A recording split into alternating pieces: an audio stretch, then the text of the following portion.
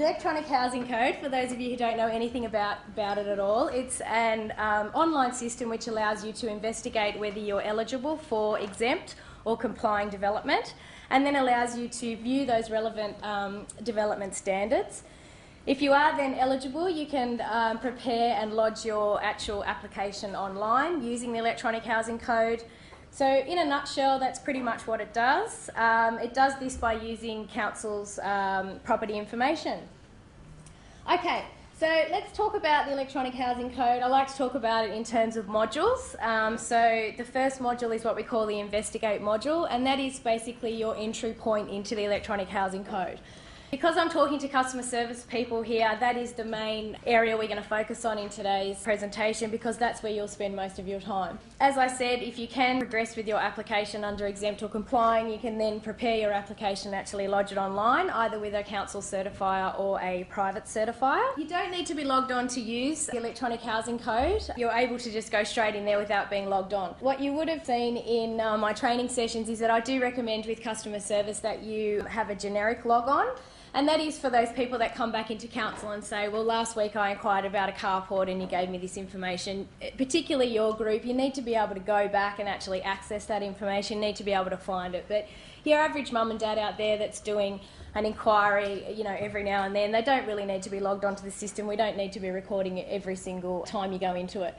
And as I said at the start, the applicant is basically able to answer the question, can this development be done as complying development? Once you get that answer and you go through and choose your development type, you'll get to the end of the process where you'll be able to access a PDF report of what you've actually just done the inquiry on. So you'll have your relevant development standards. So if you were talking to a customer, you could print that off and give it to them.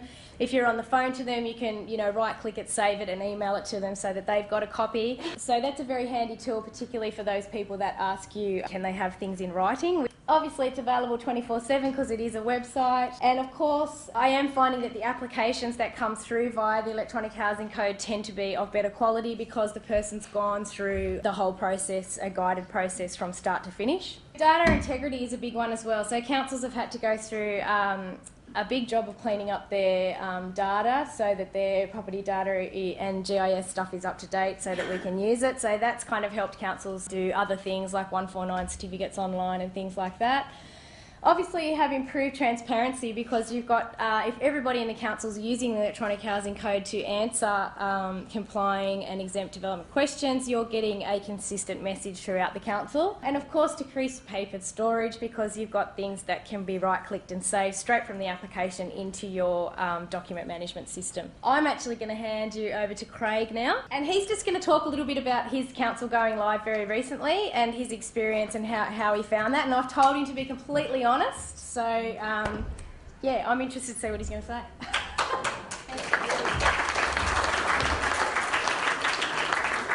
My part of the presentation obviously is just to feed off the back of what Donna's already told you, and just to give a very brief overview of COGRA's experience in the process and how we became involved in the Electronic Housing Code.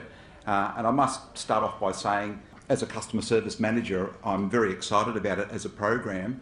As a lot of people here would be in councils within New South Wales, you'd all be very familiar with a lot of the planning reforms that are going on across the state, and how it's the state government's intention to slowly wind back the number of DAs that we're getting and actually start and increase the percentage of compliant development certificates. So this is a program that really comes into its own with that and basically enhances it, makes it a lot more easier for us as customer service officers. I'm sure we've all had the question numerous times, well, can I do it under CDC or do I have to put a full DA in? So this is where, as a new user of the program, very excited, and it pretty much, in a summary fashion, can give you that answer almost instantly. So that's where I'm very excited about it as a program. Just to give you an idea in terms of where council became involved in it, we were actually approached by the Department of Planning because they saw our ratio of CDCs to DAs as being in a target field that they were looking for. So they actually encouraged COGRA Council to put a submission in for a funding grant, and council was actually able and was successful with that. And what we actually did was, as Donna has already mentioned, a big aspect of going live with the program is ensuring that your data, the accuracy and the quality of your data is spot on. And the department was actually looking for a 99% accuracy rate.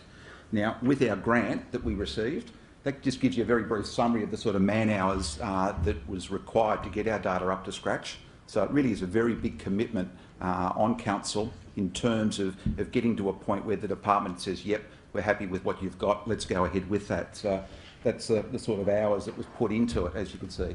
Now, in terms of going live, very, very positive. As Donna has already mentioned, she came out and did customer service training as well as some of our planners, and we found the process extremely easy, not only in a training sense, but also utilising it. It's very clear. It certainly is as simple as it looks. Very intuitive, point and click most of the things, and then you get that instant result very, very quickly in terms of what the structure is and can I go ahead and do it. What we've found going live and post that is essentially most things are extremely positive.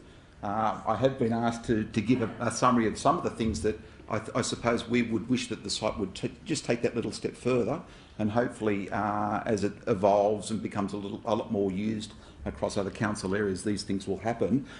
Something that I don't know whether in your council area, but it's a very big factor in Cogra at the moment, is granny flats or extended family units. So something that's increasingly we're being asked about. Unfortunately, it doesn't cover that at the moment.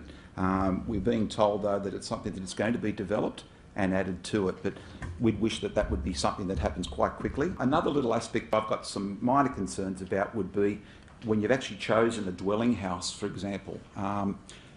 One of the things that you'd actually need to populate to take that to the next level of inquiry is that you've actually got to have the area or square meterage of the property and the street frontage in dimensions.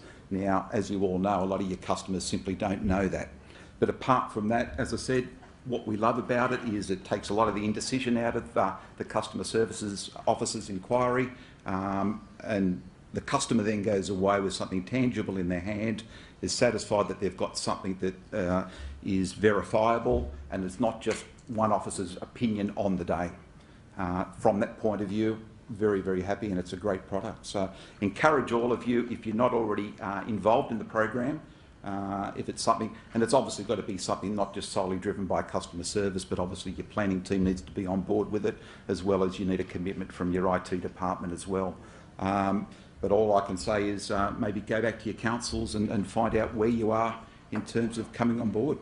It's a great item.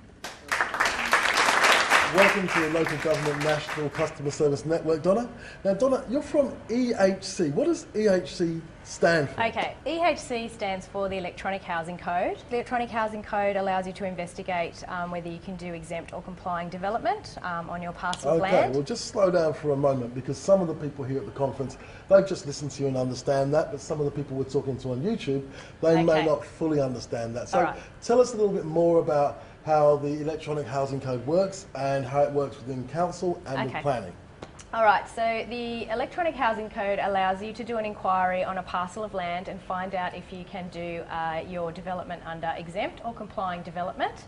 It's an online system which goes into councils, and therefore then customer service staff can use the Electronic Housing Code to answer those questions.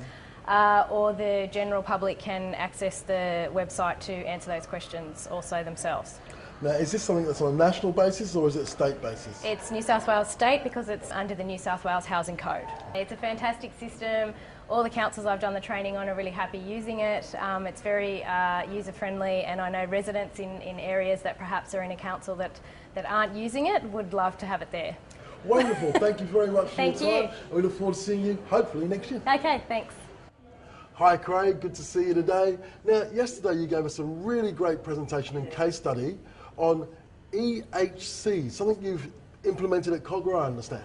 EHC stands for the Electronic Housing Code, and Cogra's been fortunate enough to come online as of February this year, and so far it's been a great success in empowering our customer service officers and giving them the confidence they need to more correctly handle customers' responses and inquiries. So the Electronic Housing Code, what does it actually do? For those of us who are not that technical, what does it actually do?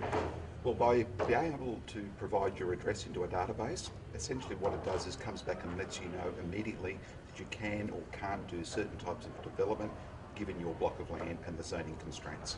So is this a product purely for planning and building, or does it extend further throughout the council? Well, the intention is that it's solely a planning device that allows both developers and customer service officers the opportunity of inquiring online in an hour-time or real-time scenario, and gives them the answer that they're looking for in a correct manner.